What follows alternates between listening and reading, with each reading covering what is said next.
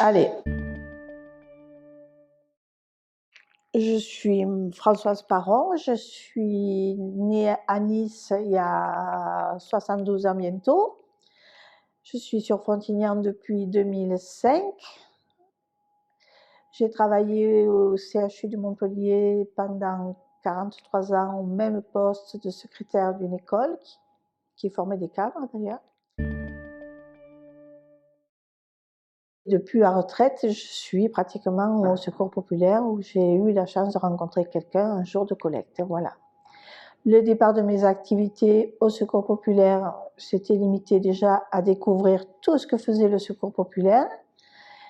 Et après, à partir du moment où il y a eu la réorganisation et les élections d'un nouveau bureau, j'ai proposé ma candidature en tant que trésorière et depuis, je suis trésorière au Secours populaire de Frontignan. Ça consiste à gérer les finances du comité. Dans la mesure où nous sommes un comité autonome, nous avons une gestion de nos ressources et de nos dépenses qui doivent être prises en compte par nous, à savoir gérer les ressources par l'alimentaire, mais ça, c'est pas des ressources qui nous sont vraiment actives, on va dire. Et puis, il y a la friperie, il y a les dons, il y a les subventions qui sont assez restreintes. Voilà. Et tout ça, il faut après, à partir de là, faire en sorte de gérer le comité, c'est-à-dire l'activité administrative qui est la nôtre, gérer les possibilités d'action que l'on a auprès des familles accueillies, que ce soit au niveau des vacances, au niveau de l'éducation populaire, puisque là aussi, ça demande quand même un minimum d'investissement. Voilà, donc tout ça fait que il faut être vigilant sur les ressources et sur les dépenses aussi. L'éducation populaire, c'est permettre aux familles d'évoluer et de leur permettre de s'émanciper et de se sentir eux-mêmes déjà, d'être des citoyens à part entière. Voilà. Ils n'ont pas des citoyens qui leur permettent pas d'accéder à la culture, aux vacances, par exemple. Tout ça, ça fait partie de l'éducation que l'on tend de mettre en place ici comme ailleurs d'ailleurs. Même avec l'aide aussi au niveau international, on essaie aussi d'aider toutes ces populations à vivre correctement, on va dire. L'accompagnement, on essaie de le faire, mais on ne va pas être vraiment spécifiquement tourné vers cet accompagnement des femmes. On s'aperçoit qu'on va quand même les aider à évoluer dans la mesure où on arrive à mettre en place des petites actions, parce que par exemple, si on fait une sortie, certaines femmes qui vont venir à ces sorties vont pouvoir se sentir un peu libres, ne serait-ce que le temps de la sortie, parce que ça aussi, c'est important pour elles. Et puis, après, on va pas vraiment agir que pour les femmes, on va agir pour les familles, plus que pour les femmes en particulier, mais on sent quand même qu'on a une évolution dans les rapports que l'on a avec les femmes qui peuvent libérer au moins leurs paroles. Moi, j'ai jamais été limitée dans mes actions ni dans mes paroles en tant que femme, que ce soit professionnellement parlant ou dans la vie de tous les jours. Non, je ne me suis pas sentie... Maintenant, je reconnais que certains avancements sont bénéfiques pour les femmes, parce que quand on pense qu'à une époque, ils n'avaient pas droit au compte bancaire, qu'ils n'avaient pas droit à certaines choses, ça paraît ahurissant de nos jours, quoi. Moi, j'ai l'impression que ça c'est vrai, je ne l'ai pas vécu.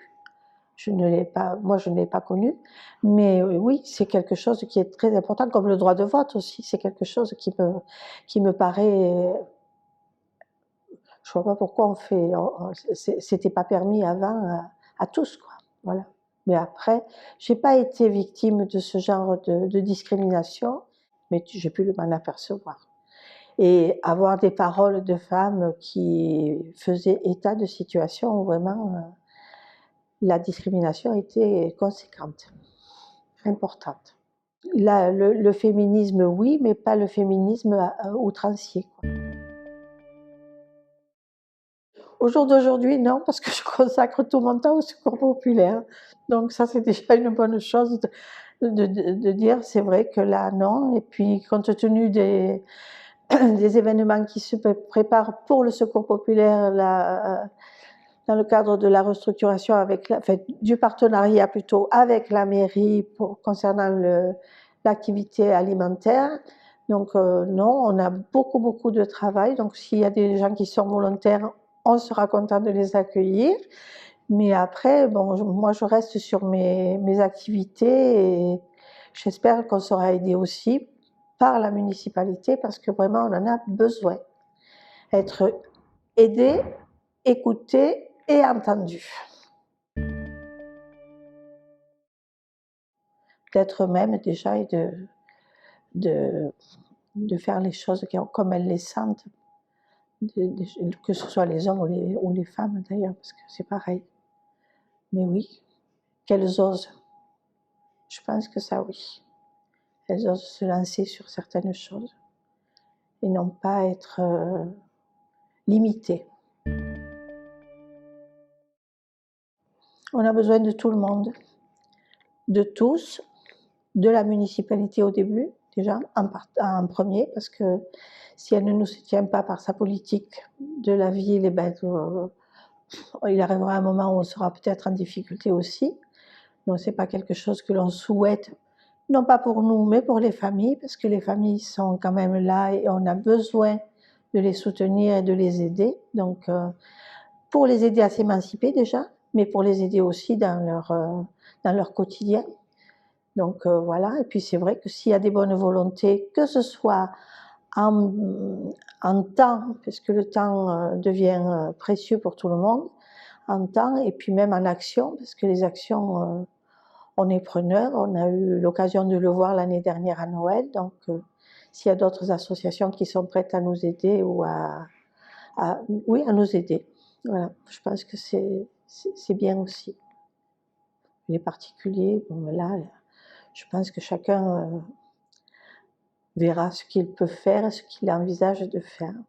Je ne suis pas sereine à 100%, non, ça c'est vrai. Mais peut-être que c'est les circonstances qui font que aussi. Hein. Voilà. Dans le projet du secours populaire, hein, j'entends, de mettre en place la structure alimentaire et le reste lié à notre partenariat avec le CCAS. Il faut vraiment qu'on soit bien écouté, qu'on soit bien entendu et qu'on puisse aussi nous laisser une possibilité de mettre bien les choses à disposition des familles. Parce que c'est ça l'objectif. Moi, je crois qu'il ne faut pas se leurrer aussi, c'est les familles en premier. Nous, notre activité, ben oui, elle va être là pour les aider, mais c'est les familles d'abord.